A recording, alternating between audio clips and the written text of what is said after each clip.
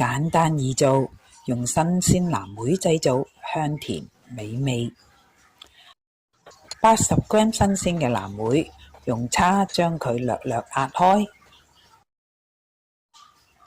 100g 低筋麵粉，30g 糖，2茶匙拋打粉，攪勻。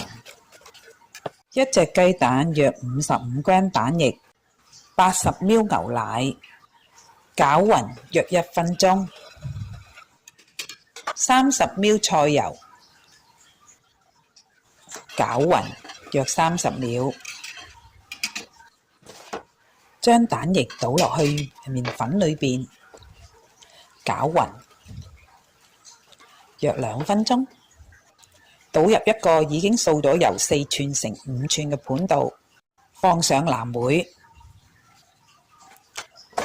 325度華氏，即係攝氏160度，氣炸24分鐘。做好啦，又香又靚。